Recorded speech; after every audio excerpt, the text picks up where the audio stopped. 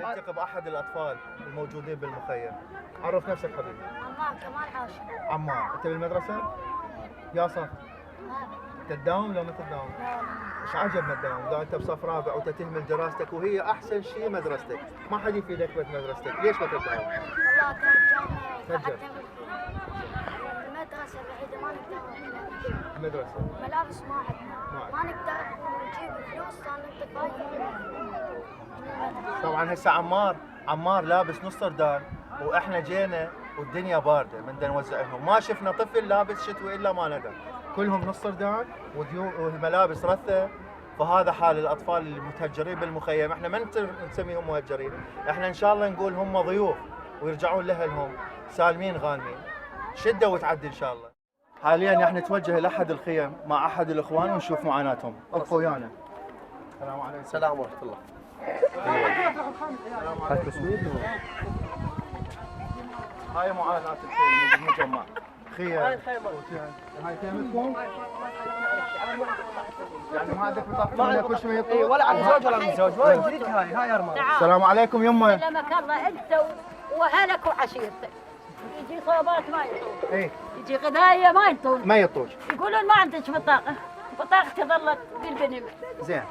وغير رحمه الله وعندي علاج شو. استريح والله لا أشوفكم استريح إياه. صادقه. حتى الدكتوره وقفت قالت كل احنا هسه جايبين ويانا فريق طبي حتى يشوفوك ويعطوك الدواء، طوش الدواء؟ كتبوه ما عندهم هنا. ان شاء الله نوفر لك كلما اياه، طلب. هسه نوفر لك اسمع، اياه. عندي مي بصدري ايه وعندي ذبح إيه. وعندي عجز وعندي لريه كاشه عندي السكر 600 الله اكبر. والوكبر اضطريته واروح شايل يوم شبوني رحت وطجوني لي استعجلت. صحة وعافية يمه، صحة وعافية. بعد امك صحة وعافية. بعد عمي وخالي وبعد جدي وما يعطوني، يقول ما عندك بطاقه دبروني. بس انا بالخيمه قاعد نس. يعني انتم هاي خيمة؟ اي والله. والله شاطني البرد والله العظيم اظهر قالوا جاي والله البرد. صويبه لا ما بطاقه عندي ولا غير شيء. رحمه الله.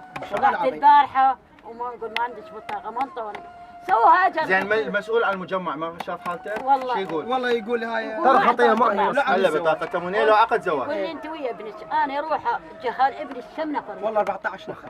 14 اروح انت خيمتك بغير مكان؟ لا هاي هو خيمتي. هاي انتم 14 نفر لا بس لا اثنين. هذا ما ينفع ابني يصير. ذاك هذا انا امه. انت اي انا اروح افاجئ جهاله عندي سكر يطيح علي مي شاي لو يطيح علي شيء ويقع لا والله يا وليدي ما اقعد ويا العائله مريضه ما احب قرقه. ان شاء الله الصحة والعافية يمه، ان شاء الله الصحة والعافية. دبروني يا هذه وليدي. دعايه طنيا. ان شاء الله ان شاء الله ما نقصر وياكم يوم احنا ان شاء الله ما نقصر وياكم، احنا فريق رسالة وطن ومجموعة منظمات من تلقاء نفسنا ومن مالنا الخاص، والله العظيم لا حد يعطينا احد وبالخدمة تشلعين هاي قبل الله هاي. يسلم عينكم. الله يجزاكم. هل نقدر عليه نوفر لكم اياه وانتم اهلنا؟ ما نريد نقول كلمة نازحين، انتم اهلنا وعلى راسنا. اي قدام راسي. شوفوا هاي الخيمة، هاي عايشين بيها نفرين، ماكو لغطة، طرق الفجة والله. والدوشك، الدوشك والله. هم بليد. هاي شوفوا جمعيات. هذا دوشك اللي ينام عليه العراقي، هذا الدوشك كل شيء ماكو. هاي يقول من جاب لنا اياه الوليدات مالين طلبه من بغداد. هم طلاب هم منظمات. اللهم ربي يرزقكم ويرزقهم.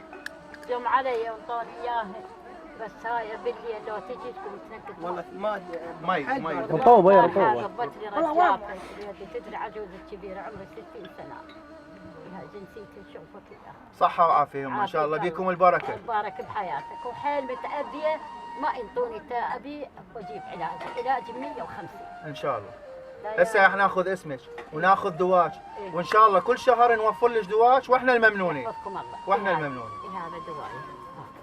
هاكم شوفوا توهم كتبته هاي البنيه خطيه كتبته.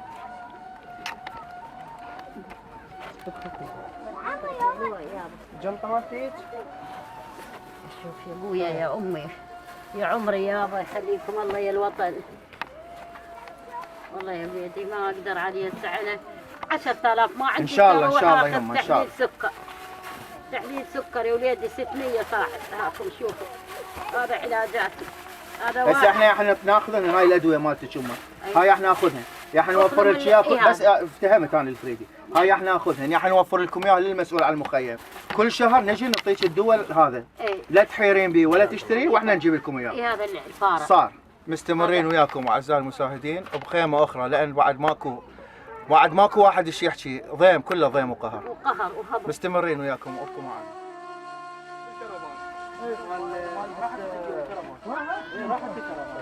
يلا تعال على الجيز هم وياك.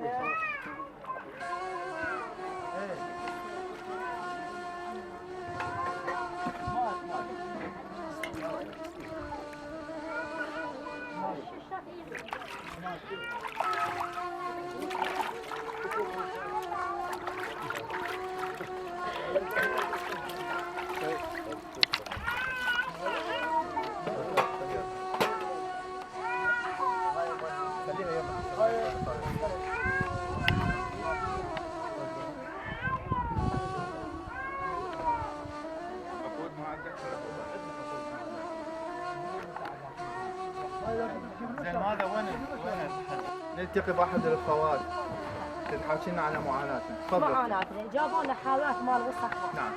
وما رهم الوسخ ما عندهم شيء يفرقون بين بسياره مال وسخ، قالوا هذا اللي يستخدموه للمي. زين. جبناها هنا حطينا بيها المي. فجاء هذا المسؤول، هو هذا مسؤولنا قاسم. نعم. خذها من اللي تشبيه ميات بيضاء وخذ. اخذهن اليك؟ اي خذ. يابا ليش لا يقول مو صحيات، هذا يلوثن العوائل. لو في قلنا لا هو قالنا اياها من البلديه، قال حطوا به مي نظيفات. قلت له انا ما عندي تانك. نعم. هذا شوف التانك شحطش هذا من عربان، قلت له ملوث. زين. ونقول والله مشكلتكم. هسه هذا المي تستخدموه صحي ملوث؟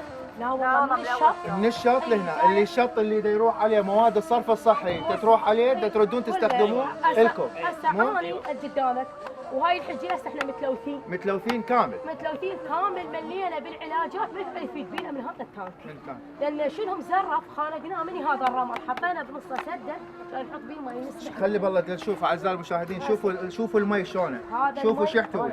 هذا المي قدامكم. شوفوا شو يحتوي، هذا هذا المي دا يستخدموه للمجمع، هذا دا يستخدموه طين، طين يا عالم. مال الغسيل مالنا جاي غسيل بيه انا متلوث. طين هذا دا يستخدموه غسل واكل وشرب. هذا المي، طلع لي شويه من المي دا يشوفون شلون تستخدموه. هذا المي جاي يسبح. هذا المي دا يستخدموه طين، وهذا الصحي بهاي الدولكه، وهاي اللي كلها بكتيريا وكلها امراض واوبئه. عائلتي هسه متلوثه وانا جاي اجيب عصاصير. احنا نعاني من هاي مشكله المي، مشكله المي هذا هسه مستخدمينه احنا اكل وسبح، والعالم هسه عندنا اهلي هسه كلها جربت، كله حصف. هذا احنا هذا الشرب واكل هذا يعني هذا راح اطلع لك اياه تشوفه يعني. هاي القوطه يرفعها لي فوق. هذا اللي نركب منه ونسبح من عنده، هو هذا المي. هذا حال جدا. هذا حالنا. وهاي الشكوى مالتكم ما قدمتوها سابقا، منو جاكم؟ كل ما يجي مسؤول. جاكم مسؤول؟ اي صوره. جوبانا حتى انا مالات حاويات مال زباله، حطينا بيه المي كبون خذوهم يبيعون والله. يابا جابوها خلوني. بس علشان تصوير. اي ها خذوها شبوها بهاي النبره، خذوها من عنده خلوني على هذا. هسه تلوثت بعد ما يفيد زين فيها. هذا ماي السبت وماي الشرب. شو تسوي؟ هاي الشرب جاي يجيب من هاي الفرازه من هنا غذاء. جاي يجيبون لنا نبات الطاره يوزعون. هذا المي دا يستخدموه هذا غسيل. غسل وتركيب وملابس. تلويث. هو هذا التلوث بحد ذاته، هو وحده تلوث. مستمرين وياكم. هسه ابقوا معانا. السلام عليكم. شلون معاناتكم بهذا المكان؟ طبعا معاناتنا بريء برد. ومرض وجرب صار بعض النساء، هسه حتى زلم مرضى صح. فيهم هاي الحاله. زين. كنا احنا هسه مصابين. من جراء المي والاوبئه. اي والله من الموجودة هذا هنا. المي هذا المي هسه احد الخوات حكت هذا عليه. رمى بيه، هذا رمى بيه ماده الرصاص، خليناه بالتانكي، ناخذ من عنده نسبه، مجسومنا كلها جربت.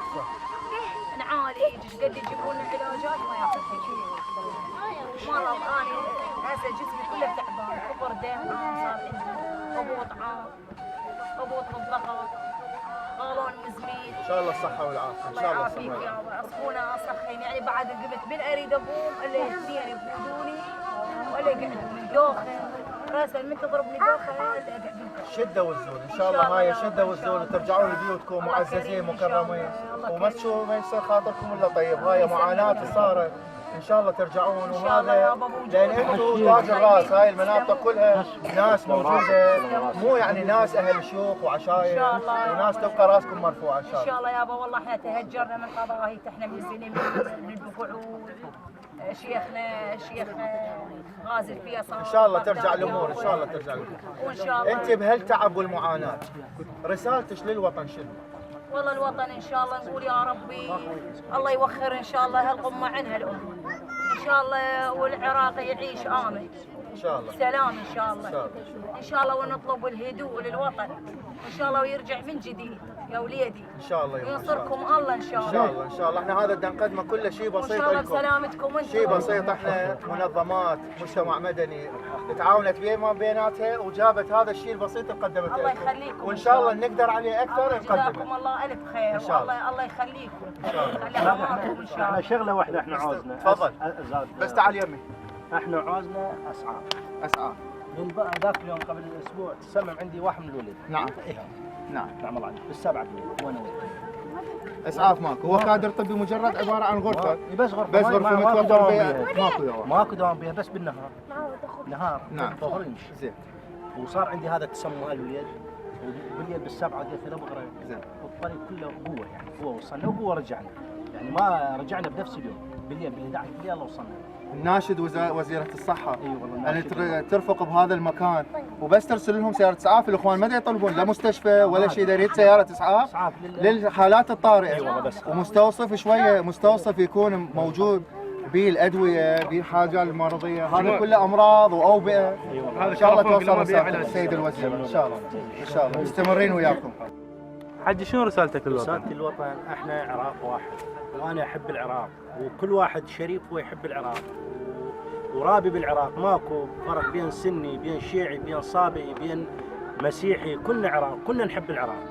العراق مجتمع لام كل الاطياف مالتنا احنا اللي داخل العراق هسه حاليا.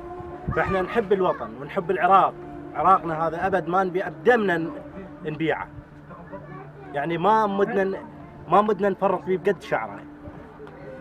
ونريد احنا تلاحم بين الطوائف كلها على الشعب وعلى الوطن وعلى العراق هذا، لان العراق هذا لام الجميع واحنا نحب العراق ونفديه بدمنا. الله يحفظك ان شاء الله حجي ويخليك للعراق. رحم الله والديك. يحفظ الجميع ان شاء الله. رجعنا وياكم نلتقي بأحد المسؤولين على حماية المجمع. عرف نفسك. والله أنا بالنسبة لي منتسب بهذا المجمع. نعم. من بداية الأمر لحد هذه الساعة. زين. بعض المساعدات اللي هي توصل لهذا المخيم الثالث مخيم محمد عباس نبت، فإحنا عدم إجراءاتنا نكون أمنيا لهم فقط. أنتم هسه وجودكم هنا حماية أمن هذا المجمع. وجودنا هنا حماية أمن المخيم، هذا المخيم الثالث. نعم. فإحنا يعني قدر ما استطاعتنا يعني الناس اللي تجي تجيب مساعدات احنا نوقف وياهم ونحضر ما نسبب مشاكل او ازدحامات او السرعه يصير على نعم.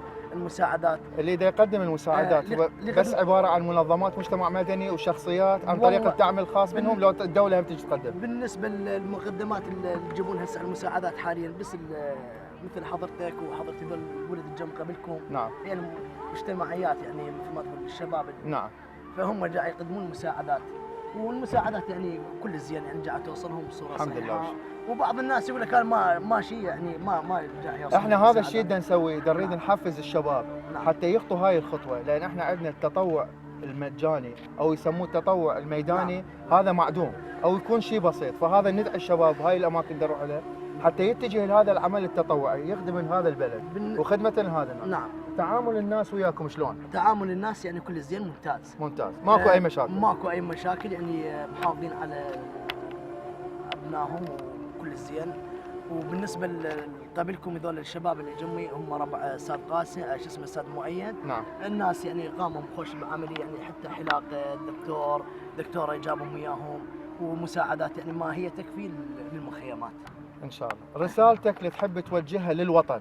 والله رسالتنا احنا نشكر كل واحد يجي ويعاني لاجل اهلنا واحبابنا ومهجرينا في هاي المنطقه، منطقه بزيبز، ونشكر كل كادر هو يجي لهاي المنطقه. نشكرهم يعني تحياتنا لهم وما قصروا ويكونون يعني هم هاي بصمه لهم يعني ابديه للتاريخ. ونشكر تعبكم هذا التقدم، هو مو تعب، هذا واجب مثل ما هو لكم واجب احنا نخدم هاي الشريحه من المجتمع، وان شاء الله يرجعون لها لهم. نسال الله. احنا بالنسبه لنا منتسبين يعني جهه امنيه، احنا هذا واجبنا وغصبا علينا نوقف لهم هاي الوقفه. نشكر حضرتك. عايدين لكم بمكان اخر، ابقوا معنا. وين هالطفله؟ يجي جيبوا الطفله.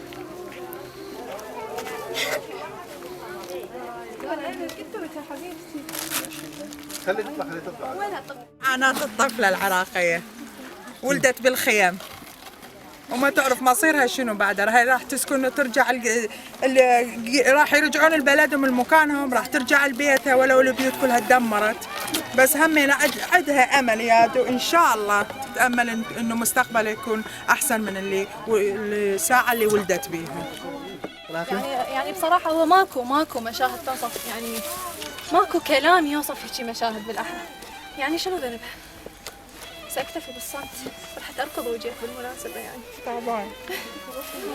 إن شاء الله يعني نتمنى إن شاء الله مستقبل أحسن منها. إن شاء الله نسوي اللي غيرنا ما قدروا يسووا. نوصل لهم. إن شاء الله يعني هذا اللي نقدر نسويه وبدنا نسعى بكل الطرق إنه نساعدهم. إن شاء الله هذا اللي نقدر نسويه. إن شاء الله ما نخيب منهم. التقينا الشيخ أبو باسم اللي هو صاحب هذا المشروع، صاحب هاي المبادرة المباركة، مبادرة أهل الكرام. يحكي لنا على هذا المشروع اللي سويته هنا وشنو المبادرة اللي سويتها؟ والله هاي القاعة كانت أرض زراعية مطبم المهجرين، عجسر بزيبيز طبم بقاع مزروعة، وجبنا المكاين 3 مكاين من ضمنهم مكيف. يعني كان بيها محصول بيها نحوي من عندها وبشهود أهل المخيم نعم بيها. وكربناها ومسحناها ونزلنا المخيمات بيها، وهي شوفنا هاي قدامكم هي خربوها، خربت القاع بعد ما استفاد منها اي شيء. ان شاء الله ان شاء الله موجوده ان شاء الله ببركتكم ان شاء الله وبعملكم الانساني هذا قدمتوه. والله هذا المشروع هذا من جت الفكره مالته؟ مال الموضوع نسكن النازحين انت هنا. فكرت اخو ما نعوفهم النازحين واحنا قاعدين ببيوتهم وننزلهم برا. بارك الله. نزلناهم بقي عنا نعتبرهم عوائلنا مثل ما احنا نازلين هم نازلين. زين انت هنا شلون سكنتوهم على اساس شنو؟ على اساس الاولويه لمن كانت تقعدوهم؟ الاولويه غير له بالقاع يعني اللي يعبر الجسر وما يستقبلوه تحطوه هنا ولا شلون؟ حطيناهم بالبيوت، حطيناهم بالارض الزراعيه ونصب لهم خيم وجرى لهم مي وجرى لهم كهرباء. بارك الله. القاع هسه حاليا انت تبرعت بيها لاسكان النازحين. اي والله كشكل وقتي. اي وقتي. كشكل وقتي. قلنا شهر او شهرين والعالم ترجع لبيوتها. هسه صارت الشغله من الشهر الرابع لحد الان. كم شهر؟ والله صار هواي فتره. صدق والله. هسه قعدنا احنا ما استفادينا من عندها كل شيء. نعم. كانت العالم تزرع اللوبيا الكيلو اللوبيا ب 2000 ونص ب 3000. انا اثق بالله من 1/4 من الشهر الرابع لحد الان ما استفادت من عندها لا الف، لا من الدوله ولا من قاعت يعني. ما حد عوضه. ما حد عوض. اي نعم ما حد عوضه. زين هاي امكانيات الكهرباء المي شلون تجيك انت؟ هنا شلون تطل النازحين؟ من جرت لهم من فتحنا البوري ابو العشره وجرى لهم حتى اثرنا على المنطقه. يعني بواري ما بواري مين سوى لك اياها؟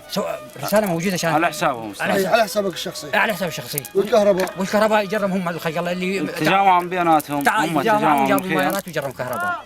العوائل موجوده حاليا. المدارس مالتهم شلون؟ العلاج مالتهم شلون؟ العلاج هذا كروفان من دا يجيب لهم؟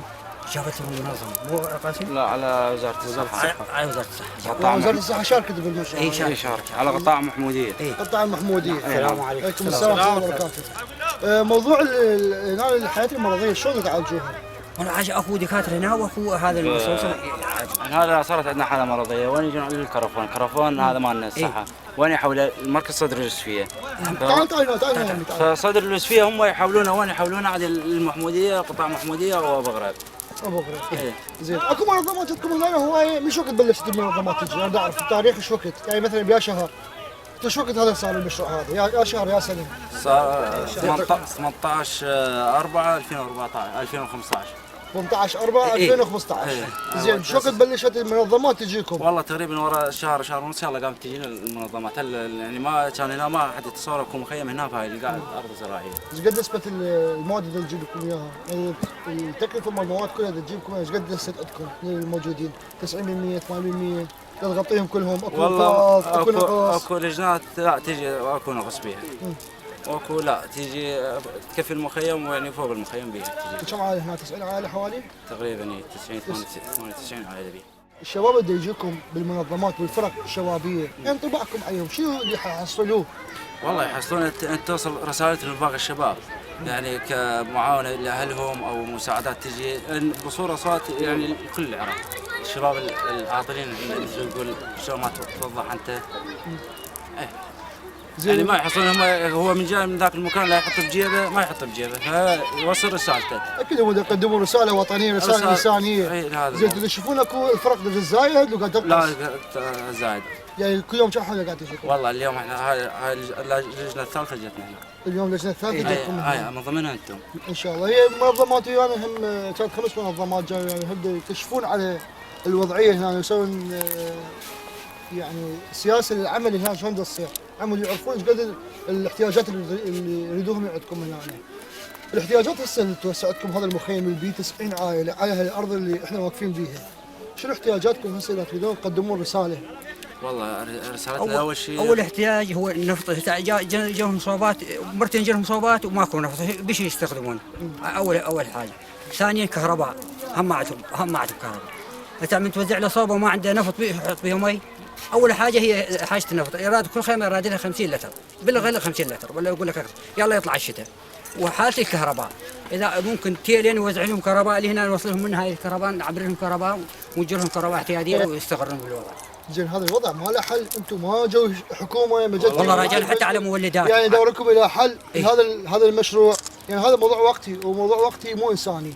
لان هو مو بيدكم الموضوع بس الاجواء الظروف المناخيه ما قاعد تخدم هذا المخيم. ماكو منظمه او جهه حكوميه قدمت لكم فتح حل لهذا المخيم؟ والله كل ما تجي لجنه نقترح لهم المي يزيدون لنا المي والكهرباء والنفط الساعه بحاجه نفط الساعه. اول شيء بحاجه نفط الساعه. ونوزع لهم صوبات ونفط ما عندهم. وراح الشتاء بدهم بالشتاء البارد هسه الشتاء من نحوش البارد. فما عندهم النفط ايش يستخدمون الصوبه بيش يستخدمونه؟ هذا وياها احنا هاي منطقه ريفيه وبيها تقريبا حيوانات سائله تعرف انت. هذا الحكي مال الريفيه خلينا نجي على المساء. اجينا حدود القاع مالتك وين؟ حدودها يم ذي وين ذاك يمشون منه جاي على حد الخيام. على حد الخيام. على حد الخيام القاع مالتك. هذا المحصول مالتك هذا. شو الزرع هنا؟ هاي جت. زين وهاي القاع اللي هناك برعت فيه قطعه ارض كانت مزروعه. كانت كلها مزروعه. كانت باجله مزروعه ونحو من عندها. زين ايش قد هنا مساحتها يا هاي القاع؟ والله مساحتها اذا قليله 5 دواني.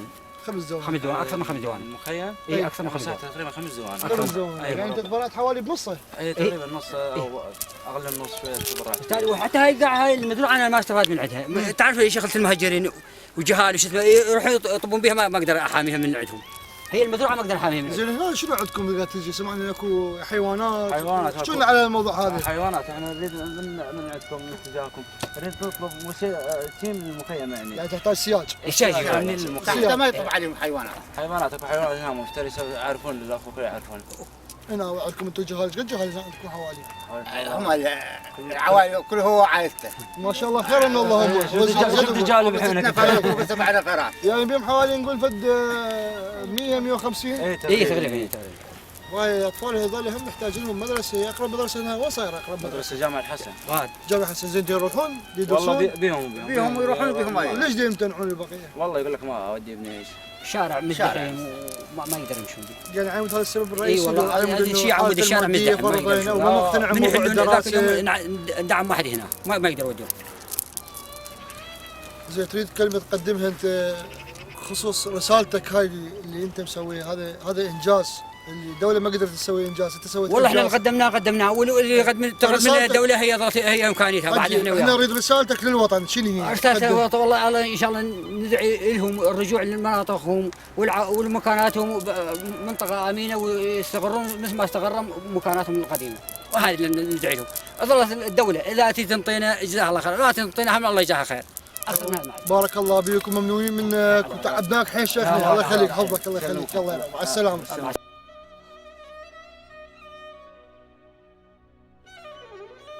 ولمنا غير هالرجال هذا وخلف الله عليه مو مانيه لان احنا يد واحده، احنا عشيره واحده، احنا عراق واحد، ماكو سن وشيعه كلنا ان شاء الله يد واحده. ان شاء الله. وان شاء الله ويا ما طبينا والله ما قصروا من الناس.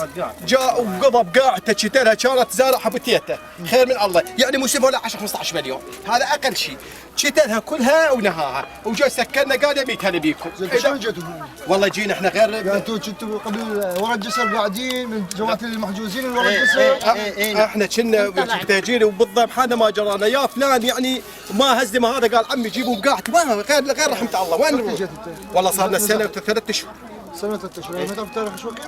لا والله سنه و3 اشهر. سنة و3 اشهر، زين زين هنا انت من جيت هنا شو الوضعية هناك ورا الجسر احنا نعرف هناك شو صار الوضع؟ والله وضعيه ورا جسر الناس يعني خلينا نكون واقعيين، الناس هم احكينا بصراحة المعاناة صعبة مو صعبة. المعاناة صعبة مو صعبة، بس الجيش الموجودين هم الناس يقول لك احنا ما نقدر ندخلها هاي ورا. غير يعرفه منين جاي وبطاقته وش اسمه، الناس يقول خاف يتلبس وياهم من غير جهة. الناس احنا هم نعطيهم هذا جيش. غصبا عنا نخضع للامر الواقع. هاي دولة. ما يريدون احنا نريد الامان لنا وللناس. يعني الناس اللي ما عنده مستمسكات ويعني شغلته مضبوطة ما يدخل. على مال من يدخل. فاحنا دخلنا مستمسكات عندنا وشان الناس دخلوا لنا وصحيح ناجحين، اكو ناس ما عندك شو عرف من عنده، فهذا احنا هذا نبين، احنا هذا يعني الواحد يحكي قلت الله لازم يعني يحكي الحق. من جينا هنا؟ يعني حضرتك انتم من جيتوا من هناك نعم بطاقات كامله وثائق نعم نعم نعم ايه مستمسكاتنا شيء. على اي اساس دخلوكم؟ على اساس انه انتم على اوراقكم كامله دخلوكم؟ اي مهجرين ويدرون بينا مهجرين يعني غير رحمه الله وطلعنا. يعني زين هذول موجودين هم مهجرين، يعني شنو الموضوع؟ ليش ما يجون؟ يجون اللي عنده مستمسكات يعرفوا مين، واكو ناس بقت شو مخلي باقي لحد الان بهالوقت هذا؟ شنو مخليه؟ ليش ما طلعوا ويا ربعه؟ ليش احنا طلعنا عفنا بكل يعني هو ما يريد يجي اصلا؟ اي يعني شو مثل ما تقول لو عنده مريض، لو يقول لك ها باكر تصفي، لو يقول لك ماكو شيء توازم هسه، يعني وازاهم يعني الجوع، الطحين غالي، البرد مو بس يعني البرد، يعني الجوع قتلهم، يعني قنينة الغاز تحلم بيها، الطحين ماكو، كل غير رحمة الله. هسه عندي اني طيب يا عمي يعني اسمع انه الاسعار هناك تختلف اختلاف جذري عن الاسعار. اسعار مو طبيعية، كيس الطحين حسب ما يقال يعني يقول لك ب 300 400 هاي بكباس، يعني وضعهم تعبان، نفط ماكو. الخيمة ورا الجسر. ايه تعبان حيل. تعبانين هماتين مساعدات يعني شغلتهم يعني شلون تعبان. ميتين انا اقول لك ميتين. غاز ب 25 غاز هناك بيش 25 والنفط هناك بيش ب 2000 لتر. ب 2000 لتر. ايه وهنا بلد 950 يعني شويه على مود عبور الجسر. زين هناك شو ليش تنزل الاسعار؟ مو هي نفس اللي ينقلوها؟ على مود الجسر. نعم على مود الجسر ما يعبروا. الجسر التعبير ماله شلون الكراوي، شلون ما تقول سيارات ماكو باستمرار. يعني بس مجرد كراوي. ايه كراوي. ماكو موضوع رشاوي ما رشاوي. وماكو لا رشاوي ماكو. بس ماكو شيء. اتحدى واحد يقول اكو رشوه للجسر. انا اللي احكيها صراحه هسه قدامكم يعني انتم موجودين. لا اكو صوره كامله. اقول لك والله انا شوف الجيش والله اسمع الجيش لا منطيني ولا منطيهم، والله اللي يقول لك منطي فلس يكذب بالشارع، بعد قاعد نروح والله انا اقسم لك بدات قاعد اشوف منتسبين قوه طبهم، ليش؟ هيك دق حاسبه يجوز مو منتسب، يجوز سارق الهويه، يجوز مزورها، فالجيش يعني ما بينهم الناس كل شيء كله يعني شغلتهم يعني صافي ان شاء الله. صادق الواقع نعرف اكو تعاون كلي للجيش. نعم تعاون ويانا، واذا يشوفون عجوز او شايب والله يسهلوا لهم امر. احنا صراحه جينا منك اكو تعاون كل من القوات المسلحه بالجيش، يعني وفروا لنا موضوع الدخول السيارات. هنا ببزيبس موضوع المواد الغذائيه، الجيش مسؤول على موضوع الدخول والمواد الغذائيه، تفتيش اكو ماكو تفتيش. نعم تفتيش لازم، يعني يقول لك هي شعرف هذا الغذائي شو بيجوز فد شيء، يعني لازم التفتيش، يعني هذا من صالح الكل، احنا نفتخر هذا الشيء. حالة وفاة صارت لكم هنا؟ والله اكو صارت عندنا حسب ما سمعت ولا بعين ما شفت المخيم ذاك يعني الصعقه مال كهرباء. اي مال كهرباء، يعني شلون ما تقول هاي امر رب العالمين. ورا الجسر ما اعرف عن ورا الجسر عادي انا ما اعرف، بس عندي من ولد عمي دعمت سياره طاق عمره من داخل بقى الحياه. اي هذا امر الله سبحانه. موضوع الحالات المرضيه اللي تحتاج سياره اسعاف ولا اقل المستشفيات، شلون يصير هنا؟ والله هنا بشغله هاي عندنا ماكو، عندي هاي الحجي هاي والدتي وعندي زوجتي، يعني يصعد الضغط من 20 الى 16 الى 12. انت الحجيه؟ اي هاي والدتي. اخوك الشهيد؟ اي اخويا شهيد، ولحد الان جته ما لقيناه. ولد عمي 3 هم طاقم فدوه للشعب، فدوه لاخوته، يعني مو خال من هالموتر، احنا نفتخر به. والله انا كيفت وقلت فدوه وسولف وياه ودى الشهاده، قلت له فدوه يعني ولا بتشيت، هذا شهيد، هذا مو جبان، هذا شهيد. فاحنا نحمد الله ونشكره صفته بهالحاله، الحمد لله شكرا. فنرجع لموضوعنا، الزلمه هذا ابو القاع، هذا لحد الان كل شيء هبه يعني غير رحمه الله. يعني قاعد الاسياد انتم 90 عائله شو تطلبون؟ تطلبون تعويضات للشخص هذا؟ اي نعم، سياج ما عنده قاعد تكرم حيوانات يعني تطب احنا نقول مو موضوع تعويضات بس نخلي شوي الدوله تساعده بموضوع سياج. احنا نطلب من الدوله تساعد الرجال هذا، كان الشيء طبت البارحه الشيبه علينا لو ما القوات الامنيه والصحوه جماعه الصحوه قاموا باطلاقات ناريه وصوبوها وحتى دمها هناك بعد سايل شيته الشيبه زين اللي يطلع للصحيات وضربته واشتلته شلون لو ما صايت الله واشوى حاطين لنا حمايات وضربهم عليها وما صوبوها يعني ابتدي الليل وهو ماكو على خير فخلصت وشيت جت على الخير هاي الشيبه يعني الشيبه انا شايفها قبل الشيبه صرت شبيده عاليه وضربوها ما يعني ما قصروا من الناس قعدنا وياهم دورنا طبت بهذا الزر هذا الزر لا سياج هذا الزم يقول لك انا امكانيه ما عندي يا دوب معيش جحالي ما عنده امكانيه هاي سيء زرع انتهى احنا والله هسه الليل مالنا ما نضل خايفين مترددين هاي الخيمه خيطها على العجوز نوبات اقول خاف شيء يدخل عليهم يعني قاع مفتوحه يعني انت هذا اقصى شيء عندك اقصى شيء ونطالب تعويض هذا الرجال ان شاء الله ونشكركم احنا رساله حنقولها ان شاء الله. السلام عليكم ورحمه الله وبركاته. ما اقدر اوصف معاناه الناس اللي هنا موجودين اللي ما يشوف بعينه ما ممكن احد اي يصورها. قدرنا نعالج ونشخص الحالات الطبيه البسيطه بس ضروري ان يكون متوفر هنا مستوصف ميداني صغير يعالج الحالات الطارئه والعمليات البسيطه والاكبر يحيلها الى مستشفيات متخصصه. العلاج قليل، المساعدات توصلهم قليلا. ايش قد ما احنا دا نسوي دعم ودعم شباب ودعم اهالي بس يحتاج دعم جهات رسميه مسؤوله اكثر. زين الناس اللي قدمت هوايه تحتاج انه احنا نقدم لها حتى لو 10 اللي قدمته. كل شيء محتاجين، كل شيء يحتاجون، ماكو شيء ما يحتاجون، واكثر شيء يحتاجون الصحبه والشعور بالانسانيه وشعور بقيمتهم كمواطنين عراقيين، حالهم حالنا ما يفرقون عنا باي شيء.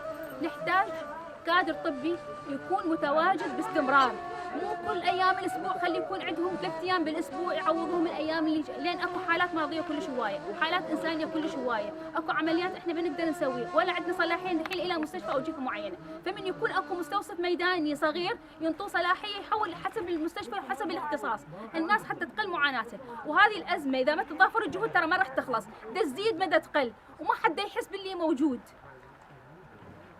بعد ما اقدر اقول اكثر من هذا، اعذروني. مرحبا، أنا حنان من مؤسسة الشباب المستقل. اليوم أنا متطوعة بعمل مشترك تبرعت به فرق شبابية تحت شعار رسالة وطن، مشروع شبابي ممتاز بصراحة.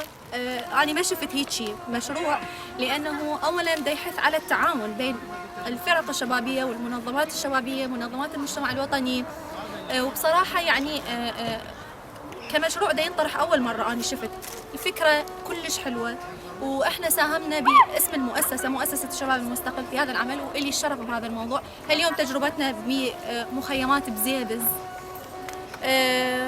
يعني الوضع ما يحتاج أني أوصفه، الوضع يعني خدمات رديئة، الأطفال مثل ما تشوفون، النساء، كل الفئات الموجودة هنا متضررين 100%. ماكو يد عاونة تمتد لهم، ماكو خدمات يعني زين. فاني بصراحه من هذا مكاني اناشد منظمات المجتمع الوطني، منظمات المجتمع المدني، الفرق الشبابيه، المتطوعين، اي احد، ترى اهلكم يحتاجوكم. اهل هنا الوضعيه يرثى لها بمعنى الكلمه. ما تخسرون شيء، جربوا هذه التجربة، وأنا شفت أنه مشروع رسالة وطن يعني مشروع ممتاز. جربوا أنه التعاون وشوفوا شنو اللي راح يصير، ما تخسروا. أتمنى أنه أنا اليوم يعني أكون فرحت ولو جزء قليل من الأطفال الموجودين ومن العوائل الموجودين هنا، يعني إن شاء الله قادم أفضل إن شاء الله. تحياتي حنان.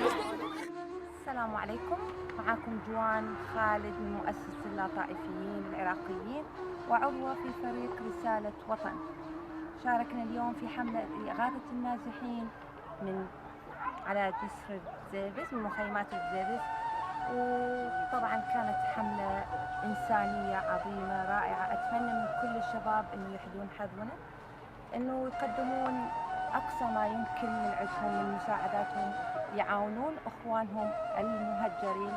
صعب إنه إحنا نسميهم نازحين، نأمل إنه هذا الاسم ينحذف النازحين ويسمى كمهجرين لأنهم هم مالكين للأرض وليسوا نازحين. رسالتي إلى كل الأخوة المتابعين إنه لازم يترك بصمة بالوطن، إنه لازم يدفع أو يوفي جزء من حق الوطن عليه، لأنه الوطن يبقى عزيز وغالي رغم كل الصعاب.